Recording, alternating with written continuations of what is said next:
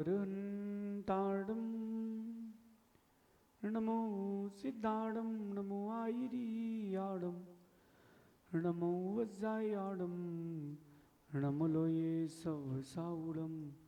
पंच परमेष्टि भगवंतों की, आचार्य भगवान गुरुवर विशुद्ध सागर जी महाराज की,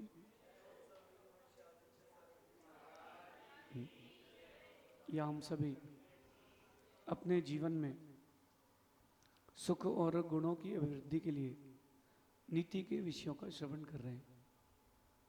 नीतिकार हमें सिखाते हैं कि हमें कभी कभी हमें साइलेंट रहना चाहिए और कभी कभी वायलेंट भी रहना चाहिए।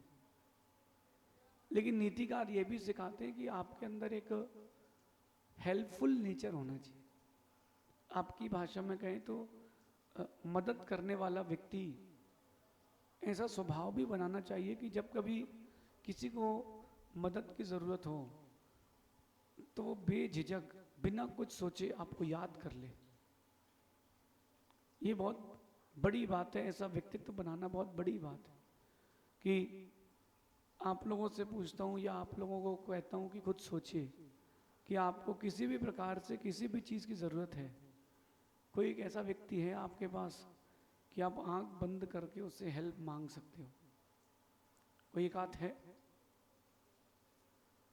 पैसे से लेकर के सब चीज़ों की है कोई? अगर आपके पास है, अगर आपके पास कोई है तो मान के चलना कि कुछ है, कुछ आपने कमाया है। और कहीं ऐसा ना हो जाए कि जिंदगी भर जोड़ते रहे दोस्तों को, रिश्तों को, और आखिरी समय ऐसा आया कि कोई पूछने नहीं आया। कहते ना कि किसी के सुख में साथ दो ना दो, दुख में जरूर साथ देना चाहिए। और जिसने दुख में साथ दिया है वो अपना है, बाकी सब पराए हैं। बड़े बड़े ऋषि मुनि हो गए, बड़े बड़े व्यापारी हो गए, बड़े बड़े सेठ साहूकार राजा हो गए। कुछ बिरले लोग होते जो हेल्पफुल नेचर के होते हैं। आपका नाम उन हेल्पफुल नेचर वाले लोगों में होना चाहिए। और मुझे लगता है कि फिर व्यक्ति जिंदगी में कभी नहीं भूलता। और वो जो नेचर आपका हेल्पफुल रहता है, वो रिश्ता उस समय बांधा गया कर्म या प्रीति आगे कई भावों तक चलती है। आज की नीति कह रही है कि जब हम अपनों की खुशी का हिस्सा बन सकते हैं, जब हम अपनों की खुशी का हिस्सा बन सकते हैं, तो हम उनके गम का हिस्सा बनने में क्यों झिझकते हैं? जब आप किसी की खुशी शेयर करने जा सकते हो तो गम भी शेयर करने जा सकते हो। आप उसके यहाँ कुछ अच्छा फंक्शन है और बढ़िया मालपुआ खाने जाते हो, और कभी गम है, उसके यहाँ दुख है, तो मालपुआ लेके भी तो जा सकते हो। करना चाहिए, जाना चाहिए। जो लोग ऐसे हेल्पफुल नेचर के होते हैं ना, उन्हीं लोगों का नाम चलता है, फ्यूचर उनका ही है, बाकी तो कुछ नहीं है। दो दोस्त जंगल में खेल रहे थे और दूर से एक भालू आते दिख गया। बचपन में जो कथा पढ़ी थी मैंने, वो सुनाता हूं। दो दोस्त जंगल में खेल रहे हैं और एक दूर से भालू दौड़ता हुआ आ रहा है। दोनों दोस्तों ने भागना चालू किया। एक चालाक था जो स्वार्थी था, एक ऐसा था जो साथी था। दोनों भागे भागे, भालू भी पीछे भागा, कोई रास्ता नहीं मिला तो एक जो चालाक दोस्त था वो पेड़ पर चढ़ गया और दूसरे ने चढ़ने का प्रयास किया तो उसने हाथ नहीं दिया, क्योंकि अगर उसको भी दे दूंगा और भालू कहीं ऊपर चढ़ गया तो दोनों को खा जाएगा। उसने हाथ नहीं दिया यह सोचकर कि ये निपट जाएगा, और वो बहुत समझदार था। उसने सांस रोक करके वो उसी पेड़ के नीचे बैठ गया। क्या करके? एकदम सांस का निरोध करके, क्योंकि जब सांस का निरोध कर लेते तो भालू को लगता है कि मर गया। बहुत देर तक भालू उसको सूंघता रहा, ऊपर नीचे नीचे ऊपर चारों तरफ। सूंघते सूंघते चेहरा सूंघा, कान सूंघा, कान सूंघ करके वो चला गया। धीरे से भालू के जाने के बाद वो दोस्त उतर के आया नीचे, बोले चला गया चला गया, चल चलते हैं। बोले वो सब तो ठीक है, लेकिन ये तो बता कि वो जो भालू था तेरे कान में क्या कह रहा था। धीरे से कहता है कि दोस्त वो भालू कह रहा था कि जो दगाबाज हो उनसे दोस्ती मत करना, इसलिए तेरा आज से मेरा यहीं से संबंध खत्म। कभी कोई परिस्थिति आपके साथ ऐसी हुई हो तो देखना आपने जिसकी मदद की उसने हाथ खड़े कर लिए हो, तब समझ जाना कि ये दोस्त नहीं है। नहीं हो तो मैं आपको एक परीक्षा का तरीका बताता हूँ। किसी भी चीज की जरूरत ना भी हो तो भी मांग के देख लो दोस्त तुम्हारा है कि नहीं। मैंने एक बात एक व्यक्ति से कही और उसने अपने बहुत दूर के मित्र से कहा कि मुझे पैसे की बहुत ज़रूरत है और ज़्यादा की ज़रूरत है, तुम मुझे कितना दे सकते हो। और मुश्किल है कि मैं 2-3 साल में वापस लौटा पाऊँ। दोस्त ने बोला कि मेरी जो पर्सनल सेविंग्स है वो 50 लाख रुपए की है, मैं पूरी दे सकता हूँ, इसके अलावा मेरे पास भाई कुछ नहीं, फिर देखता हूँ जुगाड़ करता हूँ। और 6 महीने बाद फिर दोस्त ने पूछा कि तूने बताया नहीं। बोले नहीं यार ज़रूरत नहीं थी, मैं तो देख रहा था। आप करके देख लो दोस्तों के साथ अपने, आप यही चीज़ अपने दोस्तों के साथ करके देखो ना, मित्रों के साथ, परिवार में। ज़रूरत ना भी हो तो भी धीरे से मांग के देख लो क्या रिएक्शन मिलता है। जैसे समझ रहे थे कि लंगोटिया यार है, 15 दिन तक फोन नहीं उठाएगा, पूछेगा नहीं कि कहाँ हो, देखने नहीं आएगा, तुम्हारी तकलीफ तुम्हारे साथ। बोले अभी हमारा भी तो परिवार है। जो कष्टों के आने पर, दुखों के आने पर आपका साथ छोड़ दे वो अपने नहीं पराए हैं। कहते ना कि दुख में हमेशा साथ निभाना चाहिए, इसी तो लोग शादी में जाते हैं। देखो आप किसी की शादी में, किसी की बारात में सबसे ज्यादा लोग जाते हैं, क्यों भाई? नीतिकारों की बात मानते ना भाई, सुख में साथ दो ना दो, दुख में देना चाहिए। उसको पता है कि अब दुख के दिन चालू होने वाले तो भाई चलो, बोले भाई दोस्त क्या चलना तो चाहिए यार। मैंने जीवन में कई घटनाएं देखी, हजारों बार लाइफ के अप्स एंड डाउन्स देखे हैं, लेकिन उन अप्स एंड डाउन्स में जो आपके साथ चला है वो प्यार है, वो प्रीति है। मैंने एक ऐसा दृश्य देखा कि वो मैं भूल नहीं पाया अभी तक। जब भारत में चीते आए थे, जिन जिन लोगों ने उसकी अनुमोदना की हो वो भगवान से एक बार प्रायश्चित जरूर ले लेना। चीते जब आए तो उसने, चीते ने एक बंदर का शिकार किया और बंदर का शिकार तो कर लिया और उसके बंदर के मुंह को अपने मुंह में दबा लिया। लेकिन जब वो चीता वहां से निकल रहा था शिकार करने के बाद, एक दृश्य और चल रहा था साथ में। उस बंदर का बच्चा उसकी माँ को पकड़ा ही था, पकड़ा ही था, वो छोड़ा नहीं उसने। उसको पता है कि माँ मेरी रक्षा करेगी, वो छोड़ के नहीं गया। क्यों? कि जीवन में कई बार माँ ने मेरी रक्षा की है तो मैं आज माँ के साथ रहूंगा। उसको ये नहीं पता कि माँ मर चुकी है उसकी, उसको ये नहीं पता कि माँ मर चुकी। आप आपस में, परस्पर में एक दूसरे के साथ हो, जाने या ना जाने उससे क्या फर्क पड़ता है किसी को। हेल्पफुल नेचर लाए, और हेल्पफुल अगर आपका नेचर है तो मेरा मानना है कि लोगों का नजरिया आपके प्रति जो रहता है वो बदलता है, वो बहुत अच्छा एटीट्यूड बनता है। सामान्य से जो लोग पैसा कमाने में लगे हैं और हेल्पफुल नेचर के नहीं हैं, ऐसे लोगों को तो मुझे लगता है कि इन लोगों का एक अलग से नगर बसा देना चाहिए। जो केवल अपना अपना सोचते हो तो उनको दुनिया से या दुखियों से कोई मतलब नहीं। आप सर्च करना या अनुभव करना, बिना किसी को किसी बोले हुए एक अच्छी सी कैरेट में ऐसा फ्रूट लेकर के जो कभी किसी बच्चे ने नहीं खाया हो, अनाथ आश्रम के, अनाथ आश्रम गए आप लोग कभी? नहीं गए? तो अभी आपने फिर घूमा क्या है? गोवा, सिंगापुर, दुबई, ये तो पाप करने की जगह है। अनाथ आश्रम कभी होकर के आना, और वहाँ जाना, या फिर दिव्यांग रहते हो, बच्चे जन्मांध हों, सुन नहीं पाते हो, बोल नहीं पाते हो, चल नहीं पाते हो, और सुंदर से इस गर्मी के मौसम में आम लेकर के जाना, लीची लेकर के जाना, स्ट्रॉबेरीज लेकर के जाना, जो उन बच्चों ने कभी नहीं खाया हो, वहाँ ले जा कर के रखना और सब बच्चों को अपने हाथ से देना।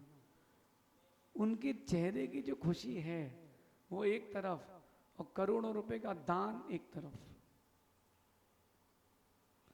करोड़ों अरबों रुपए खर्च कर देना अपने लिए वो एक तरफ, और जो बच्चों की खुशी है वो एक तरफ। जिनकी मदद करने कोई नहीं जाता, कभी वहां भी तो जाओ।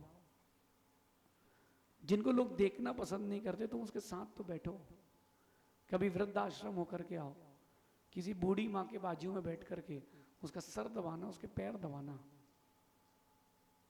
सो रही हो कोई बूढ़ी माँ, धीरे से उसका पैर दबाना, फिर देखना वो क्या बोलती है। पहले तो उसकी आंख से आंसू आएंगे कि उसको अपने बेटे की याद आएगी, फिर वो खुश होकर के तुमको दुआ देगी, और वो जो दुआ है वो पैसों से बहुत बढ़ के है।